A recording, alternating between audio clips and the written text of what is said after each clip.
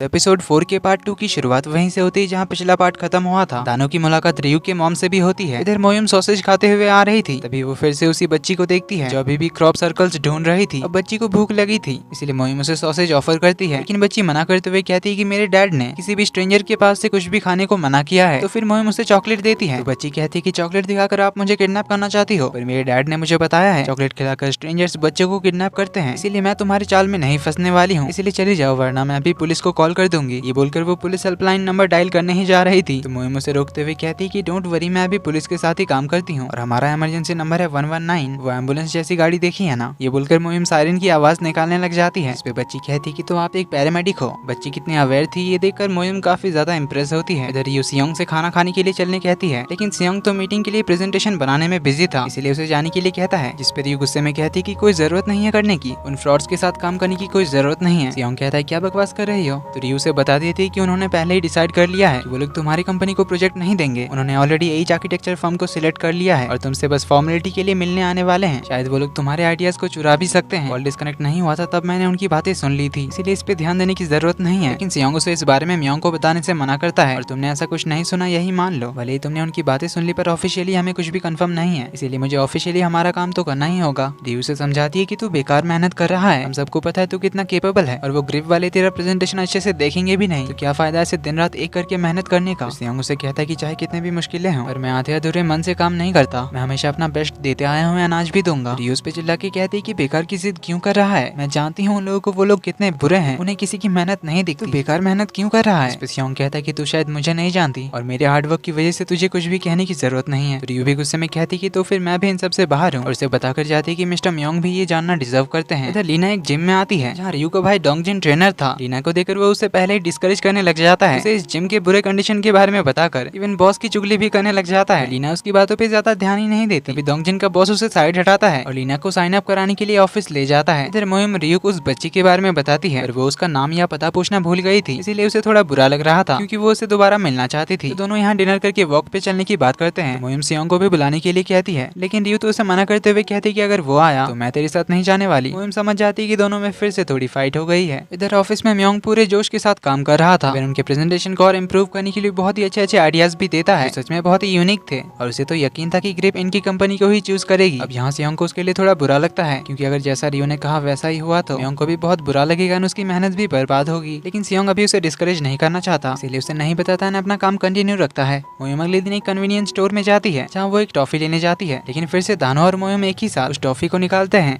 तो दोनों इस बार एक दूसरे को चिढ़ते हुए कहते हैं कि वो रिपोर्टर तुम फिर से। दानो कहता है हमारा टेस्ट इतना कैसे मिलता है। मोयुम कहती है इस बार पक्का मैंने पहले हाथ रखा था, इसीलिए ये टॉफी मुझे दे दो क्योंकि ये बहुत ही ज्यादा रेयर है, सिर्फ मैं ही इसे खाती हूँ। इवन ये स्टोर वाले भी सिर्फ मेरे लिए इस फ्लेवर की टॉफी को लाते हैं। इस पे दानो कहता है कि तो आज से इनकी डिमांड भी बढ़ जाएगी, पर तभी एक पार्ट टाइमर फ्लेवर की टॉफी का बॉक्स ले आती है, इसे दोनों ही खरीद के बाहर चले आते हैं। बाहर आकर दानो उसे अपनी कार में लिफ्ट देने की बात करता है, लेकिन मोयुम मना कर देती है। नोटिस करती कि ये कार तो उसी मड फ्लैट वाले की है, इसने ट्रैफिक क्लियर करने में हेल्प की थी, तो वो इससे इम्प्रेस हुई थी, लेकिन अब वो चिढ़ जाती है क्योंकि बार बार दानो इसकी फेवरेट चीजें छीनने आ जाता है। दानो घर आके अपने सामान की अनपैकिंग करने लगता है, इसमें उसे एक कैमरा मिलता है, तो कैमरे की मेमोरी कार्ड में उसे 2007 और 8 में हुए ओलंपिक सिलेक्शन मैचेस का वीडियोस एंड फोटोज मिलते हैं, जिसमें नेशनल स्विमिंग कंपटीशन की भी फोटोज थी जो सियोंग ने जीता था। तो उस मैच के दौरान दानो ने सियोंग के भी काफी सारे फोटोज खींचे थे, तो इन्हीं फोटोज में से एक में सियोंग और रियू की भी साथ में फोटो थी। तभी दानो ने रियू को सियोंग के साथ पहली बार देखा था, इसलिए उसे रियू जानी पहचाने लगी थी। जैसे सियोंग मीटिंग के लिए तैयार हो रहा था, जाते हुए वो रियू के दिए हुए पौधे पे पानी भी दे जाता है। तभी दानो उसे रियू के साथ वाली फोटो भेजता है और उसे इस कोइंसिडेंस के बारे में बताता है। तो म्योंग सियोंग से रियू के बारे में पूछता है, सियोंग कहता है वो नहीं आ रही है, लेकिन ऑफिस से बाहर आते ही रियू को वो लोग सामने देखते हैं, तो रियू उनके साथ मीटिंग वाली जगह पहुंच जाती है। सियोंग उससे पूछता है कि तू तो नहीं आने वाली थी। रियू कहती है कि क्योंकि मुझे तेरी चिंता हो रही थी कि कहीं उनकी इंग्लिश तेरे सर के ऊपर से ना निकल जाए, अगर उन्होंने तुम्हें इंग्लिश में गाली दिया तब भी तू कुछ नहीं समझ पाएगा, इसलिए मैं आ गई, कम से कम उन्हें उन्हीं की भाषा में गाली तो दे सकती हूँ। सियोंग कहता है हाँ गाली देने में तो तू एक्सपर्ट है। तो ऐसे ही नोक-झोंक में फिर से दोनों के बीच सब कुछ ठीक हो जाता है। तभी यहाँ ग्रिप वाले आ जाते हैं, इसमें से एक क्रिस नाम का बंदा होता है जो कि ग्रिप का चीफ प्रोडक्शन डिजाइनर था। रियू उसके साथ भी काम कर चुकी थी, पर वो उनको देखकर बिल्कुल भी खुश नहीं लगती, इवन मीटिंग में भी वो गुमसुम रहती है। क्रिस तो रियू की कुछ ज्यादा ही तारीफ करने लगता है, वो आगे कहने लगता है कि रियू हमारी बेस्ट एम्प्लॉय थी, वो अकेले कई लोगों का काम कर देती थी, पर पता नहीं अचानक एक दिन क्या हुआ, कोरिया जा रही है कहकर वापस चली आई, इसीलिए हम सब थोड़े डिसअपॉइंट थे, पर इसे फिर से देखकर हम काफी सरप्राइज्ड हैं। तो जेनिफर थी इन सब की लीडर, इसके साथ 2 और एम्प्लॉय आए थे। क्रिस, ये दोनों और रियू चारों असल में एक ही टीम में काम करते थे, जहाँ ये तीनों रियू से अपना सारा काम करवाते थे। के झूठे दोस्त बनकर उसकी तारीफ करके और उसके भोलेपन का फायदा उठाकर ये तीनों हमेशा उससे अपना काम निकलवाते थे। लेकिन एक एक दिन रियो ने इन तीनों की बातें सुन ली थी, जहाँ ये तीनों रियो का ही मजाक उड़ा रहे थे क्योंकि वो आसानी से इनकी बातों में आ जाती थी। ये लोग अपना सारा काम उससे करवा कर खुद पार्टी करने जाते थे। रियो को यही सब बार बार याद आ रहा था, इसीलिए उसे अच्छा नहीं लगता, इसीलिए वो वॉशरूम का बहाना करके बाहर आती है। इधर प्रेजेंटेशन भी खत्म होता है। जेनिफर क्रिस से बात करने के लिए बाहर आती है, जहाँ जेनिफर को तो इनका प्रपोजल बहुत ही अच्छा लगता है, इवन एच आर्किटेक्चर फर्म से भी अच्छा होता है। लेकिन क्रिस कहता है कि ये लोग अभी नए हैं, इनका कोई भरोसा नहीं है, इसलिए जैसा हमने डिसाइड किया था एच आर्किटेक्चर फर्म को ये प्रोजेक्ट देना चाहिए। तो जेनिफर मीटिंग रूम के अंदर आ जाती है। अब रियो ने इन दोनों की ये बातें भी सुन ली थी, तब क्रिस फिर से रियो को परेशान करने लगता है। और यहाँ क्रिस की बातों से हमें पता चलता है कि 3 साल पहले रियो के साथ कुछ तो हुआ था, जिस बारे में सुनते ही रियो को तो गुस्सा आ रहा था, पर ये क्रिस तो उसे मैनिपुलेट करने ही लगा था। इवन उसे कहता है कि तुम तो मेरी जेनी थी, स्मार्ट, पंक्चुअल, एआई से तुम कम नहीं थी, तुम हमें छोड़कर चली आई थी, इसलिए मुझे बहुत बुरा लगा था, इतनी आसानी से हमारी बातों में आ जाती थी, याद है ना तुम्हें? ये कहकर वो उसके सर पे हाथ फेरने लगता है। जिसे सियोंग देख लेता है तो वो गुस्से में उसका कॉलर पकड़ के उसे पीटने जाता है। तो क्रिस उसे ही धमकी देने लग जाता है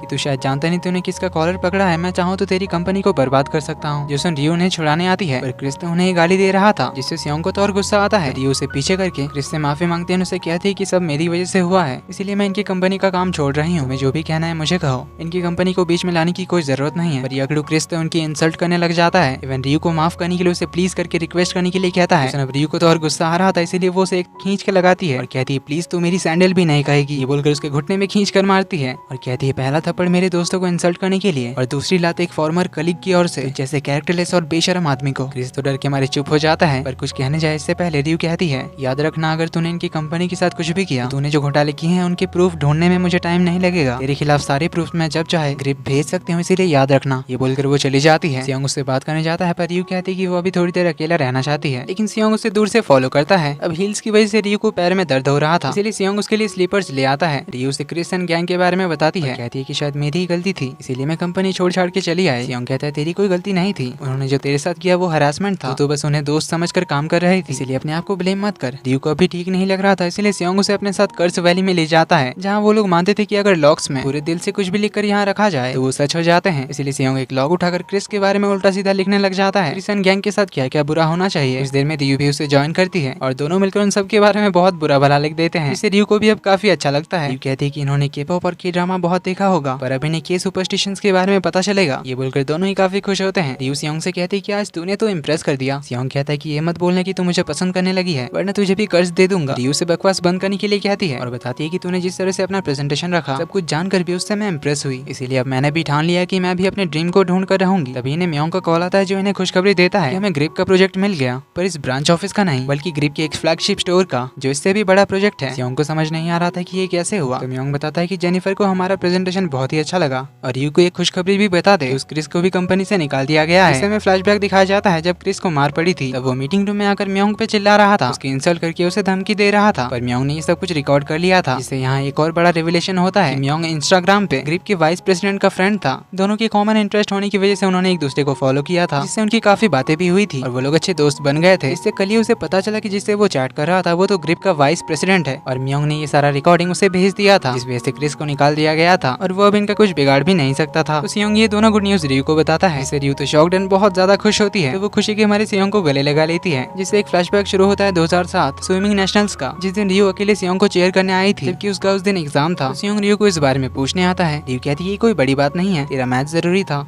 तो सियोंग उसे एज ए थैंक यू एक फोन गिफ्ट करने की बात करता है, पर रियो मना कर देती है। तो सियोंग उसे अपना मेडल ही पहना देता है और इसी टाइम पे दानों ने इनकी फोटो खींची थी, तो दोनों बहुत ही हैप्पी होकर घर की ओर आने लगते हैं। तो यहाँ सियोंग का वॉइस ओवर सुनाया जाता है, जो सब इसने टाइम कैप्सूल वाले लेटर में लिखा था कि उस फाइनल मैच में मेरे मॉम डैड तक मुझे चीयर करने नहीं आए थे, पर रियो तो अपना एग्जाम छोड़कर मुझे चीयर करने आई थी। तब मुझे रियलाइज हुआ था कि मैं रियो को कितना पसंद करता हूँ। बचपन से लेकर अब तक कोई भी ऐसा मोमेंट नहीं था जब मैंने उसे पसंद नहीं किया हो, पर मेरी कभी हिम्मत नहीं हुई उसे अपनी फीलिंग्स बताने की। मुझे डर था कि कहीं से हमारी दोस्ती ना खराब हो जाए, इसीलिए अभी नहीं, जब हम दोनों अपने 20s में होंगे तब मैं उसे अपनी फीलिंग्स के बारे में बताऊंगा। लेकिन दोनों जब अपने 20s में आए, रियो तो यूएस चली आई थी अपने आगे की पढ़ाई के लिए। तो सियोंग एक बार रियो से मिलने यूएस आया था। दिन से लेकर रात तक रियो बस उससे बहुत सारी बातें करती है, उसे बताती कि यहाँ वो कितनी अकेली है, उसका कोई यहाँ दोस्त नहीं है। सियोंग उसे उसके मॉम के भेजे हुए सारी चीजें देता है, फिर में वो उसके सारे फेवरेट कॉमिक्स देता है, जिन्हें देखकर रियो तो बहुत ही ज्यादा खुश हो जाती है, इमोशनल होकर कहती है कि तू सबसे बेस्ट है यार। ये बोलकर उसे गले लगा लेती है और थोड़ा रोने लगती है, क्योंकि वो उसे बहुत ज्यादा मिस कर रही थी। पर तभी वो सियोंग के करीब आने लगती है, इससे सियोंग की तो हार्ट बीट फास्ट हो जाती है, लेकिन वो उसके कंधे पे सो जाती है। इसके साथ ही प्रेजेंट का सीन दिखाया जाता है, जहाँ फिर से एक बार सियोंग की हार्ट बीट फास्ट होने लगी थी। इसी के साथ एपिसोड 4 का एंड यहीं पर होता है। सियोंग को लगभग रियलाइज हो ही चुका है कि वो अभी भी रियो को पसंद करता है, तो अब देखना है कि वो इसे एक्सेप्ट करने में कितना टाइम लगाता है, रियू को कब बताता है। इसके लिए हमें संडे तक का वेट करना पड़ेगा, क्योंकि अभी ये ऑनगोइंग ड्रामा है। ये वीडियो पसंद आए तो वीडियो को लाइक कर देना, चैनल पर पहली बार आए तो do subscribe and hit the bell icon. मिलते हैं अगले एपिसोड में, तब तक के लिए take care and bye bye.